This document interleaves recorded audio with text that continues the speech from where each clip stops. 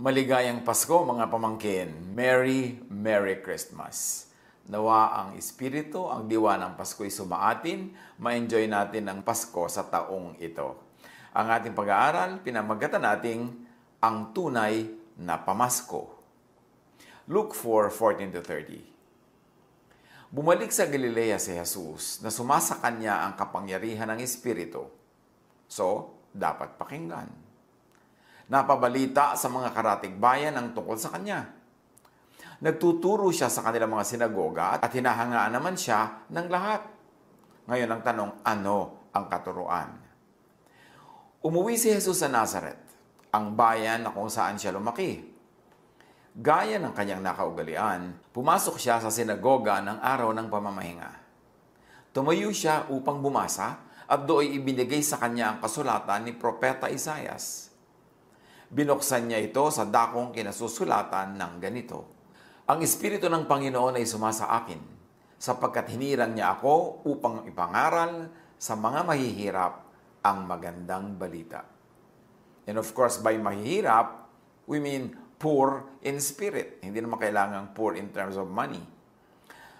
Isinugo niya ako upang ipahayag sa mga bihag na sila'y lalaya at sa mga bulag na sila'y makakakita. Isinugo ako upang palayain ang mga inaapi at upang ipahayag na darating na ang panahon ng pagliligtas ng Panginoon. So ito ang kahulugan ng pagdating ni Jesus. Therefore, ito ang ibig sabihin ng kanyang mission. Therefore, ito ang ibig sabihin ng Pasko. Ito ang tunay na regalo at diwa ng Pasko. So read, ano ba yung bihag? Bihag ng oppressive religion na sila'y lalaya. Spiritually bulag na sila'y makakakita. Palayain ang mga inaapi ng exploitative religion. Pagliligtas ng Panginoon mula sa verdam religiosity. Kasi mahalaga na ang mga katuruan at mga big words na ito ma-define. Alam natin na magpapalaya siya ng mga bihag, pero mula saan palalayain? And now we are reading in the context of a whole ministry in relationship to the religion of his time. Na ang mga bihag ay bihag ng oppressive religion.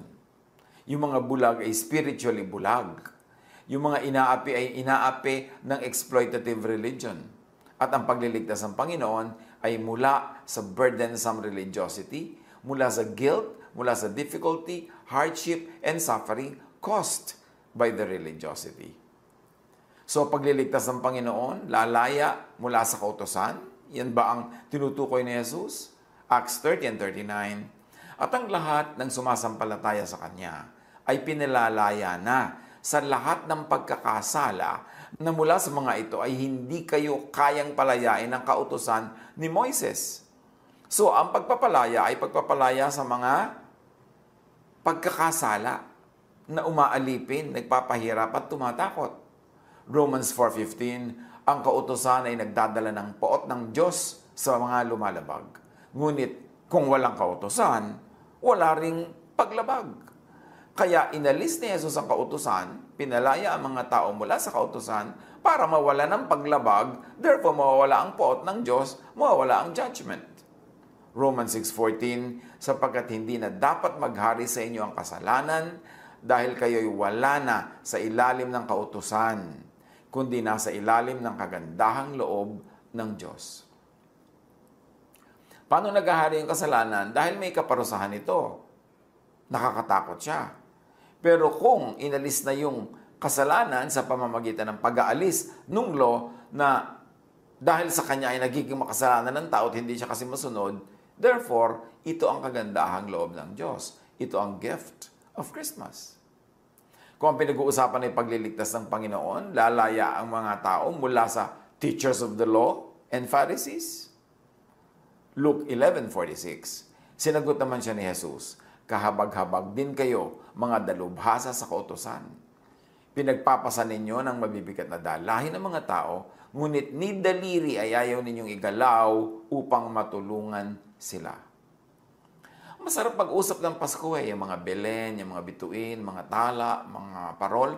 Pero pag hindi natin talaga nilinaw kung ano ang gift of Christmas, hindi natin ma-appreciate talaga ang Christmas. That the gift of Christmas was God giving people through Jesus, freedom from the law, justification, forgiveness, cleansing, acceptance. So anong pagliligtas ng Panginoon? Anong paglaya mula sa sacrifices na sobrang nagpapahirap sa buhay ng mga tao noon? Kaya pagpasok ni Jesus noon sa templo, ay kanyang ipinagtataob ang mga mesa na pinagtitindahan ng mga kung ano-anong sacrifices at nandun yung mga money changers dahil napaka-oppressive sa mga tao yung magdala ng sacrifice o bumili ng pang-sacrifice. Romans 3:25, siya ang inialay ng Diyos bilang handog upang sa pamamagitan ng kanyang dugo ay mapatawad ang kasalanan ng lahat ng sumasampalataya sa Kanya. So, dahil inialay na ni Jesus ang kanyang dugo, napatawad na ang kasalanan. So, winakasanan niya ang sacrifices. Hebrews 7:27, hindi siya katulad ng ibang mga pinakapunong pari na kailangan pang mag-alay ng mga handog araw-araw. Unay, para sa sarili nilang kasalanan at pagkatapos ay para sa kasalanan ng mga tao. Minsan lamang naghandog si Jesus at ito'y pang magpakailanman nang ihandog niya ang kanyang sarili. Once for all, Jesus perfected sacrifice. So, winakasanan niya ito. Pinalaya na niya ang mga tao to make sacrifices for the forgiveness of sins. Yan, regalo yan ng Pasko. Hebrews 9:28, gayon din naman, si Kristo'y minsan lamang inihandog upang pawiin ang mga kasalanan ng mga tao. Anong kahulugan ng Pasko? Pagliligtas ng Panginoon, ang mga tao ay lalaya mula sa temple. 1 Corinthians 3:16, hindi ba ninyo alam na kayo'y templo ng Diyos at naninirahan sa inyo ang kanyang Espiritu? So nilinaw dito na hindi na sa templong bato na pinaniniwalaan ng mga Hudyo nandun ng Diyos, kundi ngayon nasa puso ng mananampalataya. 2 Corinthians 6:16, we are the temple of the living God. So hindi mo na kailangan mag-pilgrimage patungo sa mga temple, dumayo sa mga temple, dahil ang puso na ng mananampalataya ang templo ng Diyos. That is a gift of Christmas. Pinalapit ang templo, pinalapit ang kingdom of God. Hebrews 9:9, this is an illustration for the present time, indicating that the gifts and sacrifices were being offered were not able to clear the conscience of the worshiper. So, baliwala naman pala yung ginagawa nila noon ng mga pag-offer. So, ano ang regalo ng Pasko? Ano ang pagliligtas ng Panginoon? Ang mga tao ay lalaya mula sa spiritual blindness and darkness. John 1:4, in Him was life, and that life was the light of all mankind. So, dumating si Jesus, dumating ang liwanag. Ibig sabihin, nasa dilim yung mga tao bago dumating si Jesus. John 12:46, ako'y naparito bilang ilaw ng sanlibutan upang ang manalig sa akin ay huwag manatili sa kadiliman. Ibig sabihin, nasa kadiliman sila at nung dumating si Jesus, pwede na silang huwag manatili sa kadilimang yon. Spiritual darkness. John 8:12, sinabi niya, ako ang ilaw ng sanlibutan. Ang sumusunod sa akin ay magkakaroon ng ilaw sa kanyang buhay at di na lalakad sa kadiliman. So sa kabila ng kanilang mga napakahirap na pagrerelihiyon, nasa kadiliman sila dahil bakit naman ipapadala si Jesus na liwanag kung nasa liwanag na yung mga tao? Di redundant lang. John 1:5, nagliliwanag sa kadiliman ng ilaw at hindi ito nagapi kailanman ng kadiliman. Tulad ng si Jesus ay hindi nagapi ng kadiliman, ng kamatayan, ng power ng temple, ng power ng mga religious leaders dahil siya ay binuhay ng Diyos na muli matapos siya ay pinatay ng mga religious leaders. Ano ang regalo ng Pasko? Ano ang pagliligtas ng Panginoon? Ang mga tao ay lalaya mula sa pang-aapi ng religious system. Kaya ang iniaalok ng Panginoong Jesus ay kapahingahan. Matthew 11:28, come to me, all of you who are weary and burdened, and I will give you rest. Rest from what? From too much religion, from oppressive religion, from tiring, vexing religion that does not give peace anyway. Lalo ka lang nagigilty habang lalo kang nagiging religyoso. Matthew 11:30, for my yoke is easy and my burden is light. Not the burden of religiosity, that the people of Jesus' time were accustomed to. Galatians 5:1, malaya na tayo dahil pinalaya tayo ni Kristo. Kaya magpakatatag kayo at huwag nang paalipin pang muli. Ang nakakapagtaka, marami mga Christian, sinasabi sila ay niligtas na ni Jesus, sila ay mananampalataya kay Jesus, sumusunod kay Jesus, pero nakagapos pa rin sa kautusan. Slave pa rin ang kautusan ng isip. Laging kautusan, sin, guilt, punishment, ang laman ng utak, itinuturo at pinaiiral. Paano ka magkakaroon ng peace kung ganon? Dapat nating maintindihan ang tunay na regalo ng Pasko. Ito'y kalayaan mula sa kasalanan, kalayaan mula sa oppression ng law, kalayaan mula sa napakahirap na religiosity na kailangang daanan kung susunod ka at dadaan ka sa law. Luke 4:20-21, sa pagpapatuloy ng unang kwento na si Jesus ay nagbasa sa harap ng kongregasyon. Inirolyo niya ang kasulatan at matapos isauli sa tagapag-ingat, siya ay naupo. Nakatitig sa kanya ang lahat ng nasa sinagoga at sinabi niya sa kanila, ang kasulatang ito na inyong narinig ay natupad ngayon. He was reading prophecy and he said, now this is happening. Natutupad na. Kakaiba yon sa lahat ng nagbasa. Kasi yung mga nagbabasa ng prophecy, irorolyo ang papel, itatago na uli, pero hindi nila sinasabing yung binasa ko ay nangyayari na.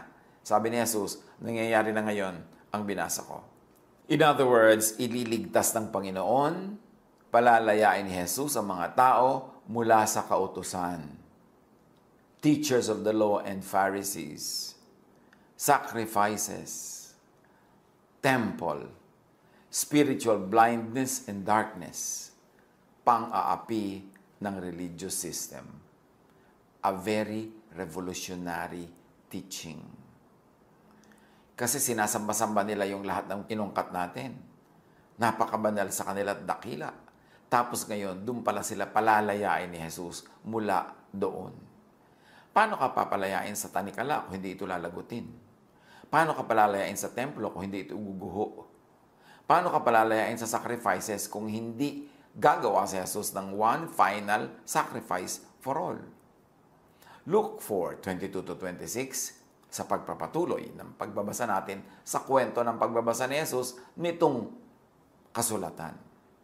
Pinuri siya ng lahat at humanga sila sa kanyang napakahusay na pananalita. Hindi ba ito ang anak ni Jose? Tanong nila. Kaya't sinabi ni Jesus, tiyak na sasabihin niyo sa akin ang kasabihang ito, Doktor, gamutin mo muna ang iyong sarili. Marahil sasabihin pa ninyo, gawin mo rin dito sa inyong sariling bayan ang mga nabalitaan namin ginagawa mo sa Capernaum. Tandaan ninyo, walang propetang kinikilala sa kanyang sariling bayan. And here, Nazareth in particular, Israel in general. Sila sabi ni Jesus, I don't expect you na kilalanin ninyo ako. Ngunit, sinasabi ko sa inyo, maraming byuda sa Israel nung panahon ni Elias nang hindi umulan sa loob ng 3.5 taon at nagkaroon ng taggutom sa buong lupain. Yes, maraming byuda na Israelite. Subalit hindi pinapunta si Elias sa kanino man sa kanila, kundi sa isang byuda sa Sarepta, sa lupain ng Sidon. In other words, napakaraming nagugutom na byuda noon, pero hindi pinapuntahan ng Diyos ang mga byuda ng Israel, kundi isang byuda sa Sidon, isang Gentile, isang non-Israelite. Luke 4:27, dinagdagan pa ni Jesus. Sa dinami-rami ng mga may ketong sa Israel nung panahon ni Eliseo, wala ni isang mang pinagaling at nilinis maliban kay Naaman na isang taga-Syria, in other words, also Gentile. Luke 4:28, nagalit ang lahat ng nasa sinagoga nang marinig ito. Bakit sila nagalit? Kasi sinabi ni Jesus, akala nyo favored kayo mga Israelites, pero walang finavor ng Diyos noong mga panahon na binanggit ko, kundi puro Gentiles. In other words, si Jesus ay nagpapalaya to set people free also from religious oppression. Jesus challenged their chains and prisons. Meaning Jesus challenged their mindset, beliefs, dogma, tradition. And among that Israel was God's favored nation, that the Jews were God's favored race, and in extension, that Israel's religious system was approved of and favored by God. All of that were disproved by Jesus sa naganap na kwento, tinunghayan at binasa natin. Kaya nagalit ang mga tao sa Kanya. Kanina pinupuri siya, ngayon galit na. Luke 4:28-30, nagsitayo sila at itinaboy siyang palabas papunta sa gilid ng bundok na kinatatayuan ng bayan upang ihulog siya sa bangin. Read my lips, patayin. Ngunit dumaan siya sa kalagitnaan nila at umalis. John 1:11, about Jesus, He came to that which was His own, but His own did not receive Him. Pumunta siya sa kanyang bayan, ngunit hindi siya tinanggap ng sarili niyang kababayan. Ano ang kahulugan sa Pasko, sa pag-observe natin ng Pasko, sa paggunita ng Pasko, nang binasa nating kwento at yung mga verses na kasamang kailangan basahin?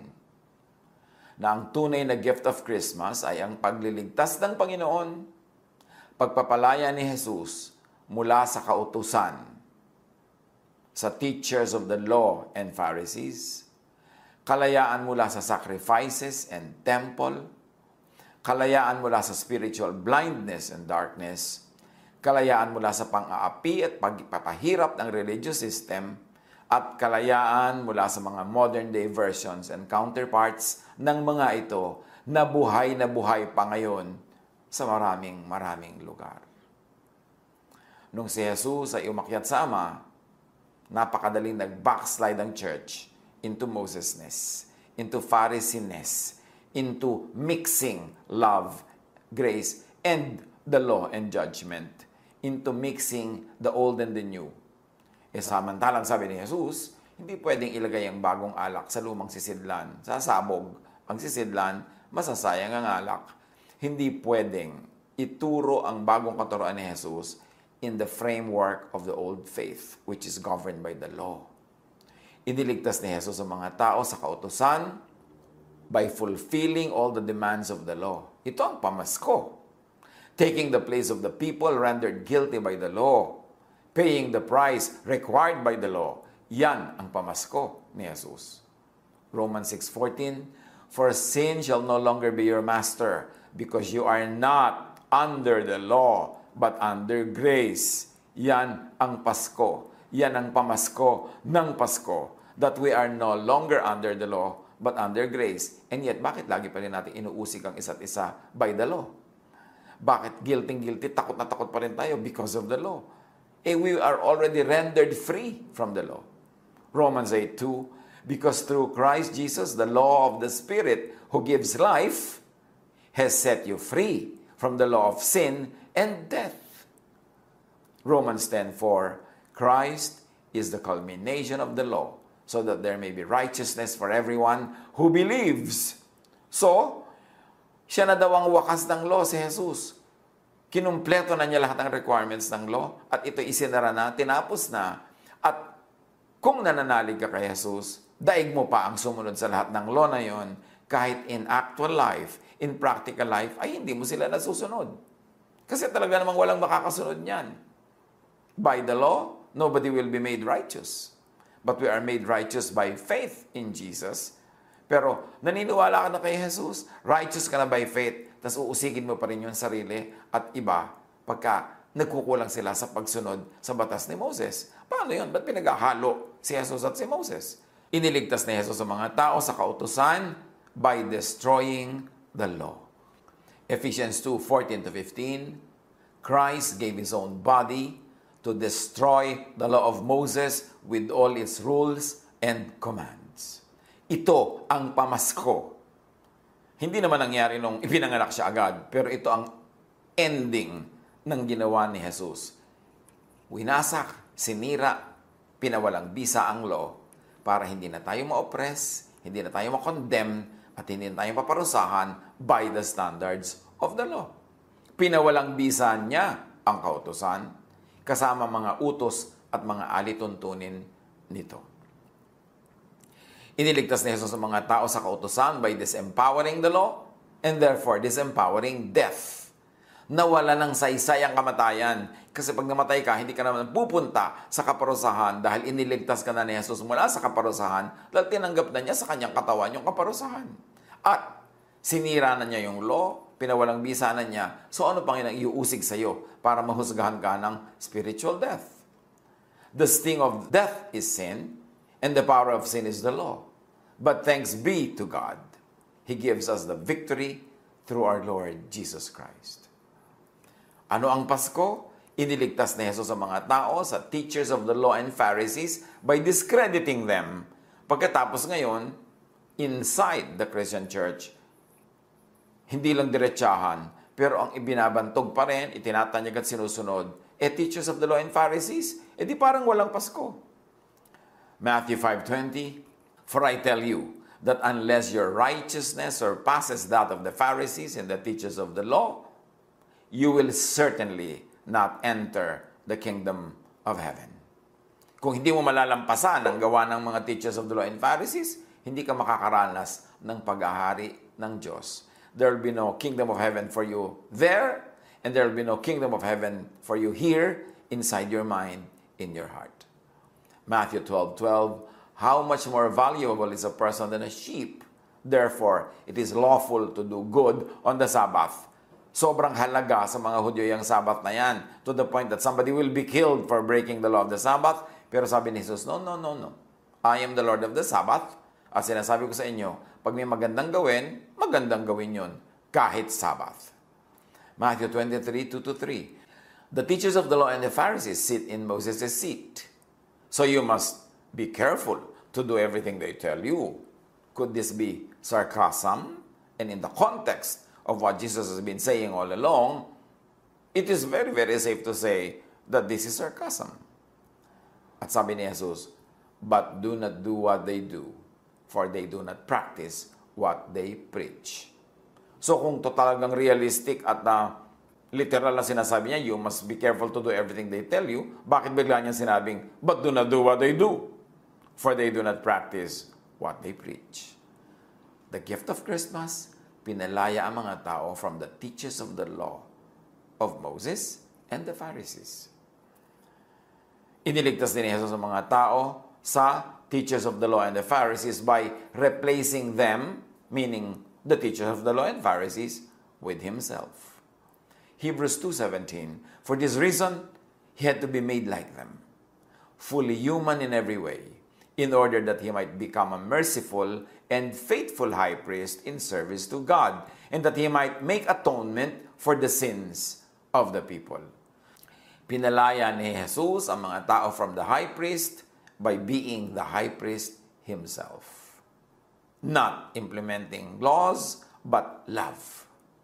Hebrews 4:14, kaya nga, magpakatatag kayo sa ating pananampalataya. Dahil mayroon na tayong dakilang pinakapunong pari na pumasok na sa kalangitan, doon mismo sa harap ng Diyos. Siya ay walang iba, kundi si Jesus na anak ng Diyos. Kasi yung high priest ng Israel, pumapasok lang yun doon sa kabila ng kortina sa Holy of Holies, sa loob ng building, sa loob ng temple. Pero sabi, itong si Jesus, as high priest, hindi niya sa building pumasok, sa langit mismo, sa presensya mismo ng Diyos, hindi sa presensya ng sagisag ng Diyos. Iniligtas ni Jesus ang mga tao mula sa sacrifices by making Himself the ultimate sacrifice in place of all the people. Yan ang diwa, regalo ng Pasko. That we are no longer required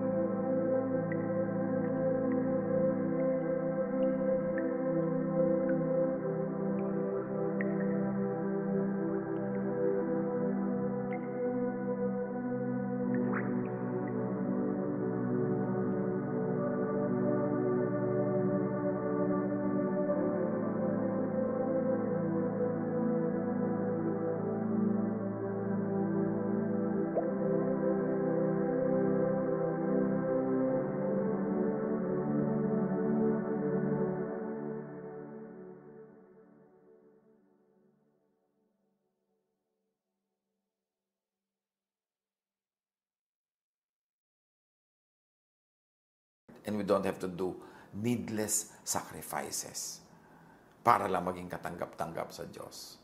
Romans 3:25, siya ang inialay ng Diyos bilang handog upang sa pamamagitan ng kanyang dugo ay mapatawad ang kasalanan ng lahat ng sumasampalataya sa Kanya.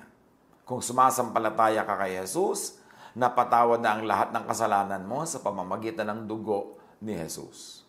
Ephesians 5:2, Christ loved us and gave Himself up for us as a fragrant offering and sacrifice to God. Ang diwa at regalo ng Pasko, iniligtas ni Jesus sa mga tao mula sa sacrifices by abolishing it. Hebrews 7:27, unlike the other high priests, he does not need to offer sacrifices day after day. He sacrificed for their sins once for all when he offered himself. Minsanan lang, tapos na. Iniligtas ni Jesus sa mga tao sa temple by making himself the temple. Matthew 12:6, sinasabi ko sa inyo, may isang naririto na higit na dakila kaysa sa templo. At yon, siyempre, ay si Jesus. John 2:21, ngunit ang templong tinutukoy ni Jesus ay ang kanyang katawan. Oppressive kasi yung pag-attend sa temple, mga sacrifices na dapat mong dalhin, napakaraming requirement. So ginawa ni Jesus na siya na yung temple, accepting everybody, cleansing everybody, loving everybody. Iniligtas ni Jesus sa mga tao sa temple by making the people themselves the temple. 1 Corinthians 6:19-20, do you not know that your bodies are temples of the Holy Spirit who is in you, whom you have received from God? And Jesus, pinalaya niya mga tao by prophesying the destruction of the temple. Matthew 24:2, sinabi niya sa kanila, nakikita ba ninyo ang mga gusaling yan? Tandaan ninyo, darating ang araw na wala riyang matitirang bato sa ibabaw ng isa pang bato, lahat ay iguguho. At naganap yon ng AD 72. At hanggang ngayon, guho pa rin yung templong tinutukoy ni Jesus. Sinira na yon dahil pinalitan na ang templo na ay si Jesus at ang templo na ay ang puso, ang isip ng mananampalataya. Iniligtas ni Jesus sa mga tao sa spiritual blindness and darkness by being the light Himself. John 9:5, I am the light of the world. And by giving the light to the people. Matthew 5:16, in the same way, let your light shine before others, that they may see your good deeds and glorify your Father in heaven. Iniligtas ni Jesus sa mga tao by turning the believers into lights themselves. Matthew 5:14, you are the light of the world. John 12:36, believe in the light while you have the light, so that you may become children of light. Ano ang kahulugan ng Pasko? Ba't natin binabalik-balikan? Kasi napakadaling malibang na i-equate ang Pasko sa iba't ibang mga symbols and miss the point. Ang Pasko, ibig sabihin, iniligtas ni Jesus sa mga tao sa pang-aapi at pagpapahirap ng religious system. How did He do that? By changing every oppressive system and giving only one command, love. John 15:12, my command is this, love each other as I have loved you. Paano i-apply sa buhay yung love? Ang love ba mapagparusa, mapang-usig? Ang love ba mapanakot? Baligtad si Jesus sa mga yan. Kaya si Jesus ang tagapagligtas at ang paraan niya ng pagliligtas is the love of God. These are the true gifts of Christmas. This is what it means to be saved. Damdamin natin, damahin, isa-isip, isa-puso. Kasi kung celebrate tayo ng